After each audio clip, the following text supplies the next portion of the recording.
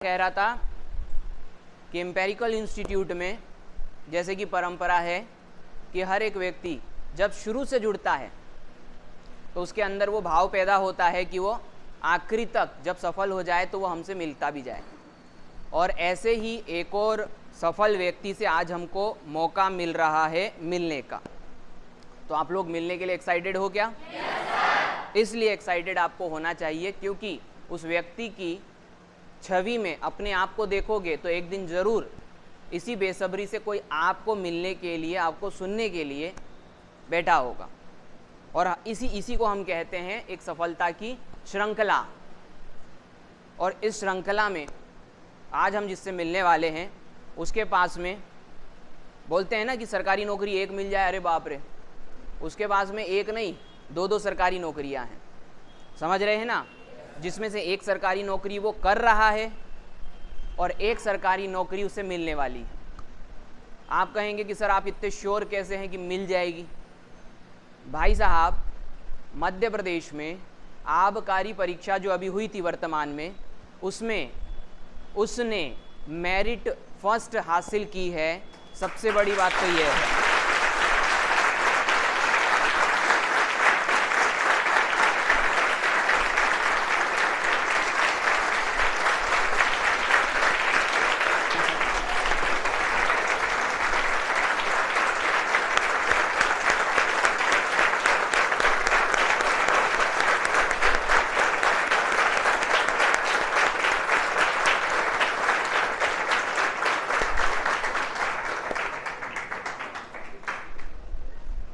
तो ये रहे विकास, जो कि जिनसे हम मिलने के लिए यहाँ पर जो है वो तत्पर हैं। और इनकी उपलब्धियाँ ये हैं कि वर्तमान में ये रेलवे के एम्प्लॉई हैं। ग्रुप डी के जो अभी सिलेक्शन चल रहे हैं उसमें इन्होंने ज्वाइनिंग ले ली है। और ज्वाइनिंग के साथ साथ ये वर्तमान में जो आबकारी परीक्षा हुई है उसमें बहुत बढ़िया इन्होंने नंबर हासिल करे हैं। और नंबर बताते हैं इनकी मेरिट, इन्होंने प्रथम मेरिट यानी मेरिट फर्स्ट हासिल करी है मध्य प्रदेश में। और इस प्रकार से आबकारी परीक्षा में भी इनका स्थान जो है वो निश्चित है, प्रथम व्यक्ति है ये उस पर्टिकुलर सूची में। तो इसीलिए आज हम मिलना हमने एक निश्चित करा कि आज हम विकास को थोड़ा सा सुने समझें कि एक व्यक्ति जब वो बताता है कि मैं वहाँ बैठता था, ऐसा हर बार होता है, तो विकास भी बताएगा कि मैं कहाँ बैठता था।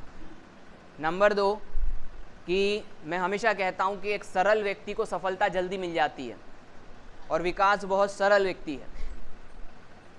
सरल व्यक्ति बनिए, जल्दी सफलता मिल जाएगी। क्योंकि सरल व्यक्ति जो है वो ज़्यादा दिमाग नहीं लगाता, वो सिर्फ चीज़ों को डिसिप्लिन के वे में मानता चला जाता है और सफल होता चला जाता है। तो ओवर टू विकास। अब मैं जो है वो विकास को बोलने के लिए मतलब आमंत्रित करता हूँ।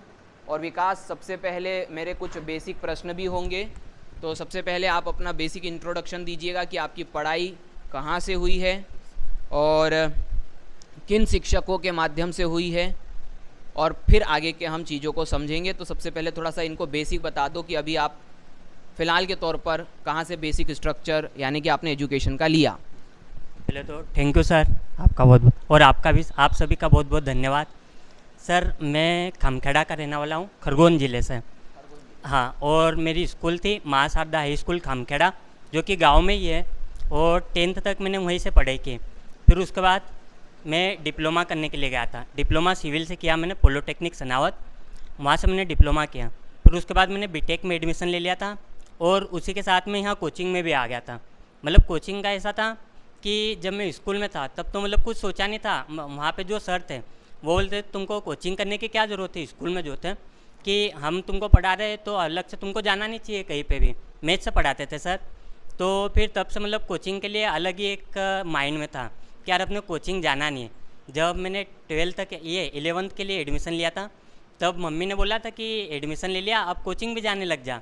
जैसे कि डिप्लोमा का रिज़ल्ट तो आया ही नहीं था ऐसे ये कुछ, तब फिर कोचिंग का मन भी नहीं था, तो घर में ऐसे ही बहस भी हो जाती थी कि कोचिंग वोचिंग तो कहीं मैं जाने का नहीं, ऐसे ही वहीं पे जाऊँगा, स्कूल में पढ़ाएंगे पढ़ लूँगा, बस यही था। फिर जैसे जैसे यहाँ फिर बाद में डिप्लोमा कंप्लीट हुआ, फिर जैसे कि भैया है, बुआ जी के लड़के यहीं पे आते हैं, विशाल भैया, उनको भी एक दीदी है, तो उन्होंने बताया था कोचिंग के बारे में। तो फिर पता चला, तो मन तो था नहीं अब मेरा।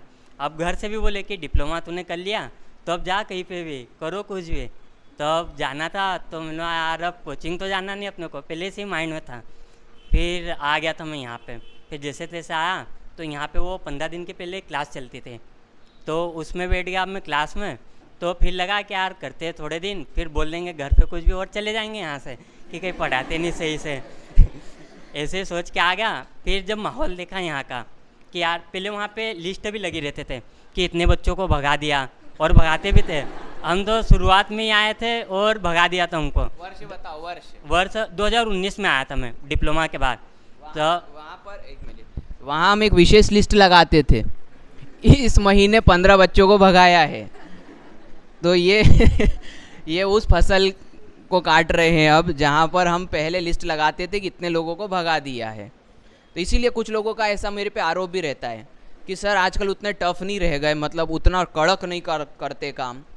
तो आप लोग अब ज़्यादा अच्छे हो गए, इसलिए मुझे ज़्यादा बुरा होने की ज़रूरत नहीं पड़ती है। तो बहुत अच्छा है। हाँ, तो फिर आगे अपना वहाँ से जैसे कि आया तो श्राद्ध चल रहे थे सब उस टाइम पे। तो हम आए तो हमने छुट्टी मान ली थी। तो फिर अगले रोज़ जब आए तो सर ने पहले तो देख लिया कि यार कौन कौन नहीं आया था। तो बोले खड़े हो जाओ, हम हुए नहीं खड़े। फिर बोला भैया तुम तो थे नहीं यार, खड़े हो जाओ। फिर बोले कि अब जाओ घर। बोले कल तुमने श्राद्ध मना लिया, अब मेरा श्राद्ध मना लो। भगा दिया हमको।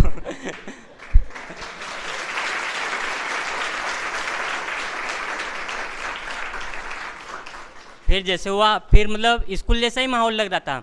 क्या डिसिप्लिन भी, अब स्कूल में जैसे कि सर थे, फिर सर की रिस्पेक्ट भी करते थे। जैसे 10th में पता चला हमें कि जो उनका जो ऐसे कड़क व्यवहार रहता है, मारने वाला, मतलब वो अपने लिए ही रहता है। क्योंकि वहाँ डिप्लोमा में भी लगा कि अपन जहाँ से निकल के आए, मतलब दूसरे बच्चों से आगे, मतलब लगता था कि यार अपनी जो स्कूल से जो सीखा है वो चीज़ें यहाँ पे काम आ रही है। फिर लगा कि नहीं यार, यहाँ पे अपन कभी रुक लिए तो वो सही जगह है अपन। बस यही था। फिर उसके बाद तो जैसे कि मार्च में तो घर पे जाना पड़ा, लॉकडाउन आ गया। फिर वहाँ तो कुछ नहीं, पढ़ाई कुछ हुई नहीं, जो यहाँ पढ़ा था वही नोट से पढ़ते रहा। तो ये तो बेसिक स्ट्रक्चर बता दिया, साथ ही साथ आपको ये भी बता दिया कि क्या माहौल, क्या व्यवस्था। तो इस माहौल से सफल व्यक्ति निकलता है, मेरिट फर्स्ट ऐसे ही माहौल से निकल सकता है। सही बात है क्या? 100%। तो पहली बात तो जैसे इन्होंने कहा कि स्कूल का माहौल, मैं हमेशा स्कूलों को बहुत इज़्ज़त देता हूँ, क्योंकि वो लोग आपको हमेशा सफल बनाने के लिए काम करते हैं। और इसीलिए जितने भी टीचर हैं जो स्कूलों में अच्छे से काम करते हैं, ईमानदारी से काम करते हैं, जैसे विकास ने बताया कि उसके मैथमेटिक्स के टीचर उसको मारते भी थे। और इनको बुरा भी लगता था, लेकिन ये जब समझदार हुए तो समझ में आया कि वो मार जो है वो हमें बेहतर करने के लिए थी। तो उसी प्रकार से हमारा भी यहाँ प्रयास रहता है कि जब हम आपको किसी माध्यम से डराते हैं, डिसिप्लिन के माध्यम से या किसी भी, तो आपको ये नहीं हमारा उद्देश्य रहता है कि आपको हम बेइज्जत करना चाहते हैं। हमारी सिंसियरिटी, या कोई भी स्कूल में पढ़ाने वाला टीचर जो होता है उसकी सिंसियरिटी ये होती है कि आप कुछ बन जाओ, हम तो तनख्वाह पा रहे हैं, आप कुछ बन जाओ। तो यही भावना यहाँ पर भी रहती है और इसीलिए इतना डिसिप्लिन हम मेंटेन करते हैं।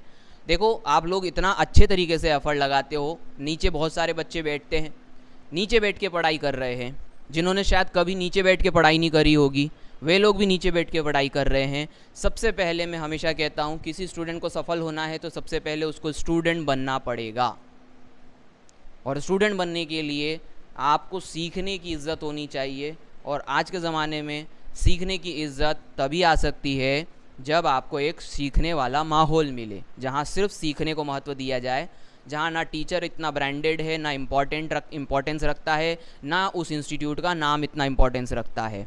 जो इम्पोर्टेंस रखता है वो है आपकी पढ़ाई और आपकी सफलता।